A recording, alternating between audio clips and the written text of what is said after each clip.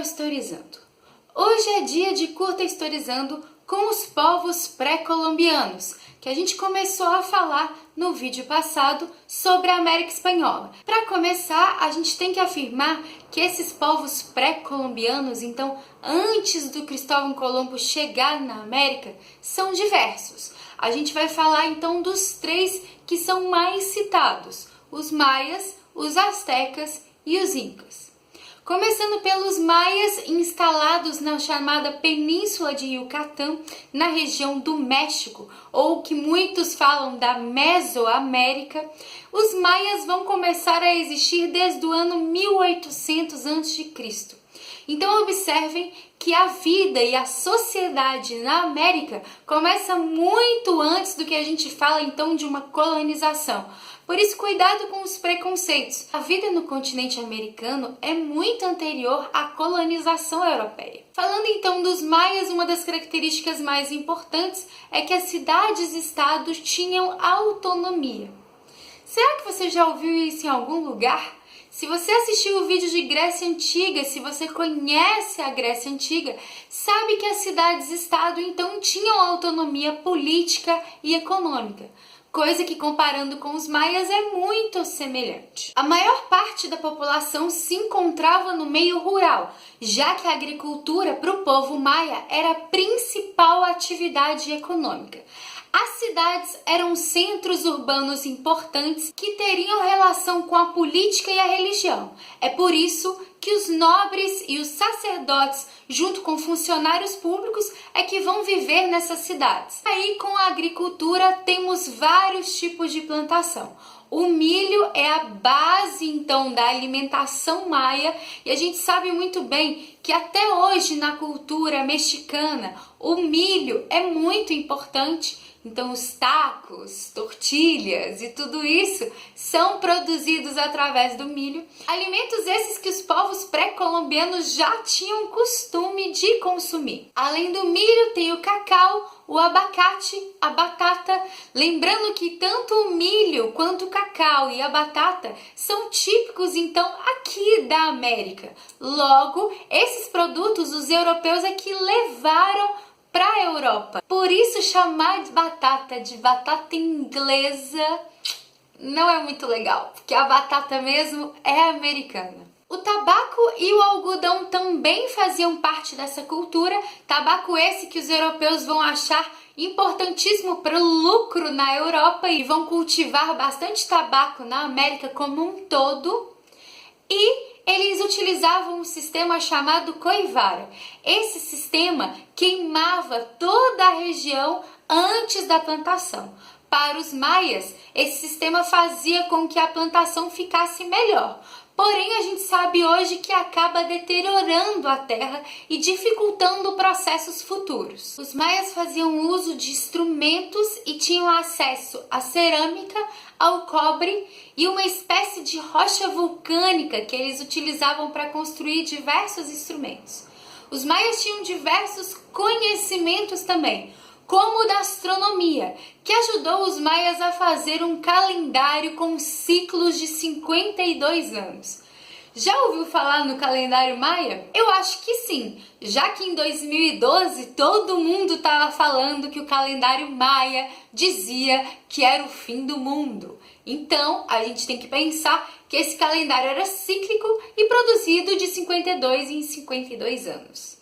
E aí, será que eles tiveram tempo de produzir tanto assim? Além disso, a gente tem várias ruínas arqueológicas provando que os maias tinham muitos conhecimentos de engenharia e arquitetura, da forma que eles construíam tudo aquilo. Falando em ter tempo ou não de fazer calendário, infelizmente os maias por volta do ano 900 depois de Cristo desapareceram. E aí a gente não sabe exatamente o motivo. Dizem que foi climático. Outros dizem que, devido a esse cultivo de terra queimada, eles acabaram perdendo muito espaço. Entre outros fatores. A gente não tem nenhuma prova, o que a gente sabe é que essa cultura maia foi passada para frente, fora então os registros, os documentos e também a arqueologia, nos fazem saber da existência desses maias. Os europeus, quando chegaram à América, não tiveram contato direto com os maias. Falando agora dos astecas, ou conhecido como mexicas também na região do México, mais aproximadamente da cidade do México, a gente tem um grande império com a capital chamada Tenochtitlan.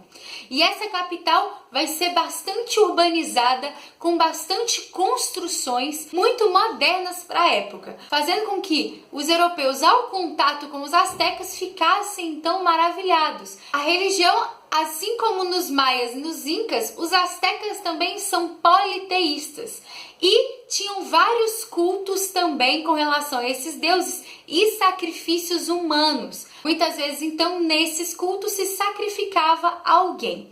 Eu vou deixar aqui na tela alguns nomes de deuses que, infelizmente, eu não consigo pronunciar para vocês. Mas é importante saber, então, que todas essas culturas pré-colombianas levam o politeísmo consigo.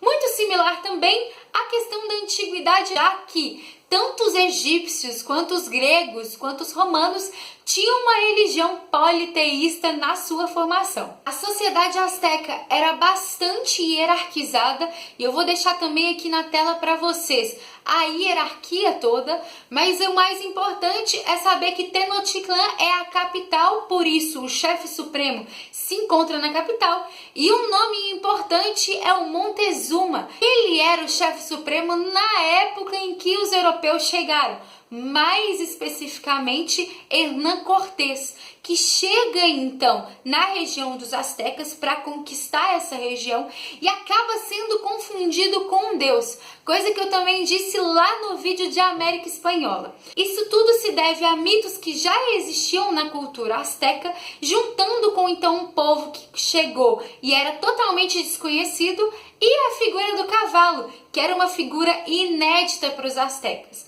Tudo isso junto fez com que os astecas acreditassem que eles estavam diante de um deus. A agricultura também era base da economia asteca e os principais produtos também envolviam milho, algodão, feijão, pimenta, coisas que na base alimentar mexicana existem até hoje. Com relação ao cacau, os astecas têm algo em especial: o chocolate. Isso mesmo, a invenção da maravilha que é o chocolate vem dos astecas. Mas, diferentemente do que é hoje, que são aquelas barras açucaradas e deliciosas, o chocolate era uma bebida divina, uma bebida usada em cultos então a deuses, e essa bebida era amarga. Porém, Hernán Cortés provavelmente experimentou esse chocolate, já que ele foi confundido com um deus, e ao levar para a Europa é que então essa bebida vai ser acrescentada o famoso açúcar. Açúcar esse que fez parte da colonização brasileira, que você pode ver vídeo aqui no Historizando também. Os astecas também tinham costume de criação de animais, cachorros, por exemplo, e também perus. Os principais conhecimentos astecas têm relação com a metalurgia, já que eles usavam o ouro e a prata como ornamento, como enfeite. Lembrando que os povos pré-colombianos não valorizavam tanto esses metais chamados de preciosos como os europeus. Também conhecimentos como arquitetura, matemática, astronomia e até mesmo um calendário solar eram utilizados pelos astecas. Por último, mas não menos importante, estão os incas, que estão localizados na região dos Andes. Então, Equador, Peru, Chile, Bolívia, entre outros, é o que fez parte na época do Império Inca. Esse Império Inca era dividido em 4 reinos e tinha uma capital chamada Cusco. Nós temos então um imperador que era inclusive considerado descendente do Sol, mas em cada reino também existia um governante. As terras eram divididas em terras coletivas e terras familiares, fazendo com que essas terras familiares fossem de famílias mais importantes no Império Inca. E a gente tem o sistema da mita. Já ouviu falar na mita? Pois é, os europeus então pegaram esse sistema de trabalho para utilizar na colonização, mas ele existia antes. Porém, ele era utilizado como se fosse um pagamento de imposto. A pessoa trabalhava para pagar imposto com o seu trabalho para o Estado. No Império Inca também havia escravidão, mas essa escravidão era mais utilizada como uma punição caso tivesse algum tipo de desobediência ou de revolta, e também a agricultura como base da economia inca. Batata, milho, algodão, mandioca, entre outros produtos, foram importantes para a sociedade inca. Os incas também tinham costumes de criação de animais, e as lhamas são animais importantíssimos para essa região. Você viajou para lá? Porque se sim, provavelmente teve contato com uma lhama. O porquinho da Índia também era criado pelos incas. Os incas também tinham vários conhecimentos. Com relação à terra, eles tinham uma fertilização natural. Com relação ao relevo, eles tinham que se preocupar bastante, já que a região dos Andes é uma das regiões mais altas do mundo. Logo, eles tiveram que preocupar com diques e canalização da água para que então facilitasse essa questão da vivência nos Andes. Também tem a questão da criação de animais e da agricultura adaptada para esse relevo. Construção de estradas, de fortalezas, de segurança, a relação com a astronomia, com a matemática, engenharia, arquitetura, tudo isso também importante para o povo inca. Bom, a região de Machu Picchu é uma das provas que a gente tem desse conhecimento e sabedoria do povo inca, que tem até hoje para a gente poder vislumbrar o quanto esse povo foi complexo e o quanto esse povo tinha conhecimento. Com relação à conquista, um dos conquistadores dessa região inca é o Francisco Pizarro. Mas então, esse vídeo foi para a gente refletir sobre os povos pré-colombianos, o quanto eles são complexos e quanto muitas vezes a gente leva um preconceito, carrega um preconceito com o nome indígena.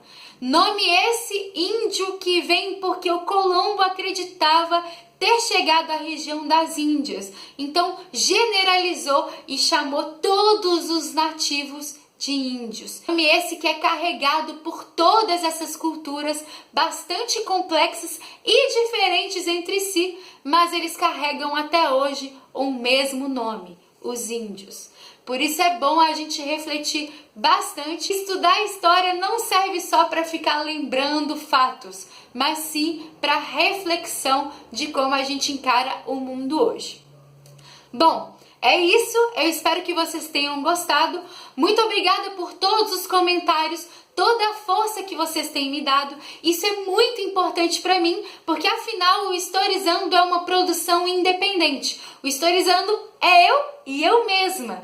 A ajuda que eu tenho aqui é justamente com os seus comentários, me botando para cima e fazendo com que eu tenha vontade de produzir, e alguns amigos designers para fazer as capinhas dos vídeos. Mas no mais, a produção é minha e tudo então que eu faço é com muito carinho para vocês. Se você gostou do vídeo, curte aqui embaixo. Se gosta do Historizando, conta para os seus colegas. E se ainda não se inscreveu, se inscreve aqui no canal. Tem também o Facebook e o meu Instagram. Ah, e não esquece de ativar o sininho das notificações para ficar sabendo quando tem vídeo novo aqui no canal. Muito obrigada pela sua atenção. Um beijo e até a próxima. A vida no continente americano